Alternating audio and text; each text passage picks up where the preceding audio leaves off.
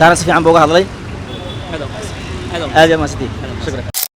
waxaan aaminsanahay insha Allah wax badan uu ka bedeli doono wala hadalkii Soomaaliya u socday inuu maartay si amba qaad doono oo si wanaagsan ku dhameyn doono dhaqaale wax ka qaban doono idinka Ilaahay arrimaha dawladda wax ka qaban doono arrimahaas insha Allah awood saari doona waxa kale aan ugu hambalyeynaya inta 30 sano ama 20 sano ee Soomaaliland gaarka u taagnayd doorashooyinka istabayaalka ah ee qoriisu dhiibka ah geeska Afrika in yar ay soo doorato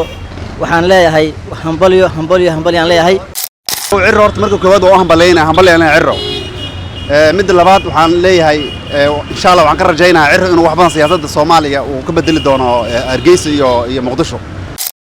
dhawaan guddiga doorashooyinka maamulka Soomaaliland waxay ku dhawaaqeen natiijada ku meel gaarka ah ama hordhaca ah ee ka soo baxday doorashadii dhawaan ka qabsoontay gobolada maamulka Soomaaliland guddiga ayaana ku dhawaaqay in natiijada hordhaca ah ama ku meel gaarka ah ee haatan muujinaya in doorashada ay ku guuleysteen xisbiga wadani iyo hogaamiyahooda Cabdiraxmaan Ciro uu noqon doono madaxweynaha lixaad ee maamulka Soomaaliland haddaba sidee loo arkaa doorashada Cabdiraxmaan Ciro iyo xisbiga wadani ee noqon doonaan hogaamiyaasha ama madaxweynaha maamulka Soomaaliland ee 5 sano ee soo socota muxuu ku soo kordhi doonaa siyaasadda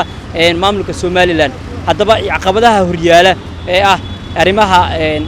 SSC Khaatuma iyo heshiiskii Muuse Biixi ama dawladdii hore xukuumaddii hore ee Soomaaliland la gashay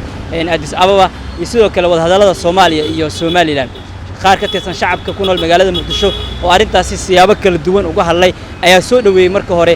doorashada Cabdiraxmaan Ciro iyagoona ka rajay in wax badan uu ka qaban doono tabashooyinka iyo waxyaabaha horyaala haatan iyadoona sidoo kale bogaadiyay doorashada dimuqraadiga ee halkaasi ka dhacday ee qof iyo codka ah walibana ay mudan tahay in lagu daydo waa kuwan qaarkood oo aragtidooda ka hadlaya ما شاء الله مدحوينه موسى بيحي أصلا مدحوينه ما شاء الله وفي عنه ونفسهم بوها ويحي موسى وهاللي إن شاء الله ما دام اسبدل وداعي أي سومالان اسبدل في عن هذا وكداعي مدحوينه حر إن شاء الله ما دام مقدشو ميل والبا سوماليلان ميل والبا أصلا لقى سودوي إن شاء الله وحان كرجيننا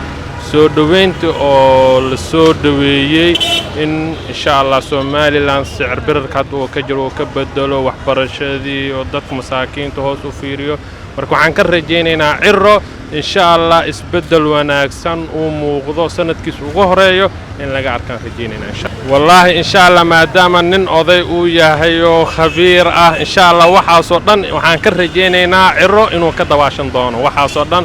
waxaan ugu weyn mid badda insha Allah haduu Ilaahay idmo oo si wanaagsan oo qurux badan uu ku dhameeyo cirro horta markuu koowaad oo hambalyeynaa cirro mid labaad waxaan leeyahay insha Allah waxaan ka rajaynayaa cirro inuu wax badan siyaasadda Soomaaliya uu ka bedeli doono Hargeysa iyo Muqdisho waana nin sidaan kullay historygiisa aqoon u leenahay nin aad u siyaasad fiican oo aad u degan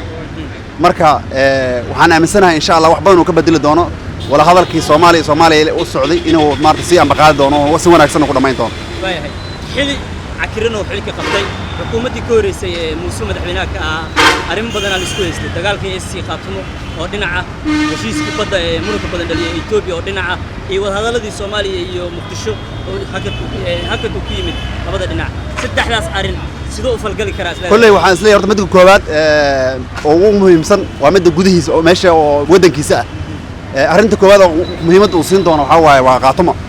qaatumana waxaan rajaynayaa ay ku laftirkooda siyaasadii dadkii hadee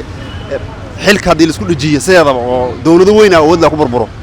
waxaan aaminsanahay inta badan waxay ku gadoodeen ama ay dagaalku ku imaaday Muuse xilka isku dhajiyo oo xogaa siyaasadiisa ninkaas maadaama nin military u ahaa waa xogaa waa ka maartay ku siyaasad fiican doonaa arinta koobaad wuxuu sameyn doonaa qaatum uu siin doonaa tan labaad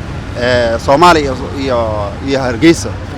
wal hadal uu sameyn doonaa tan kulay Addis Ababa xukuumadda Addis Ababa kulay taas waa dib ugu dhigi doonaa laakiin arinta koobaad meesha uu iska bilaaw doonaa waa qaatuma arintaasi waa arin aad muhiim ah in laga hadlana ku haboonayd galabta arintaasi waxay ku soo kordhinaysaa gobolka ama geeska Afrika namba goboladan jiiraanka ku soo kordhinaysaa ku dayasho xagga doorashooyinka waa muhiim oo waa laga dayanayaa waxa kale oo arrimaha kale laga faa'iideeyo waxa weeye bariga gobolada bariga colaad baa ka taagnay insha Allah taan nabad buu ku furaya idamka Ilaahay dhaqaale wax ka qaban doona idamka Ilaahay arrimaha dawladda wax ka qaban doono arrimahaas insha Allah awood saari doona waxa kale oo aan ugu hambalyeynaya inta 30 sano ama 20 sano ay Soomaaliland gaarka u taagnayd doorashooyinka istabayaalka ah ee qoriisu dhiibka ah